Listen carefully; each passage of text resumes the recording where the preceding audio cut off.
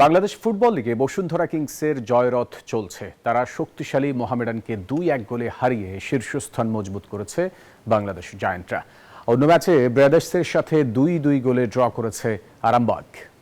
কুমিল্লার ধীরেন্দ্রনাথ দত্ত স্টেডিয়াম যেন ভালোভাবে চেনা কিংসের। সেখানে আরও একটি জয় তুলে নিয়েছে জুবায়ের নিপু শিষ্যরা। এই জয়ে পয়েন্ট টেবিলে অবস্থান আরও মজবুত করেছে দলটি। এখন পর্যন্ত 15 ম্যাচে 10 জয়ে 35 পয়েন্ট নিয়ে টেবিলে সবার উপরে জায়গা পোক্ত করেছে তারা।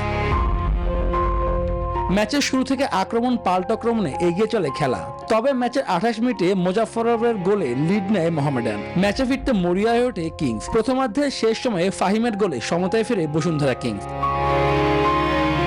বিরতি থেকে ফিরে কিংসকে এগিয়ে নেওয়ার চেষ্টায় পুরো দল। 69 মিনিটে প্রথমবারের মতো ম্যাচে এগিয়ে যায় বাংলাদেশ জায়ান্টরা। দরিয়েলতানের গোলে ব্যবধান দাঁড়ায় 2-1। শেষ পর্যন্ত আর কোনো গোল না হয় জয় নিয়ে মাঠ ছাড়ে কিংস।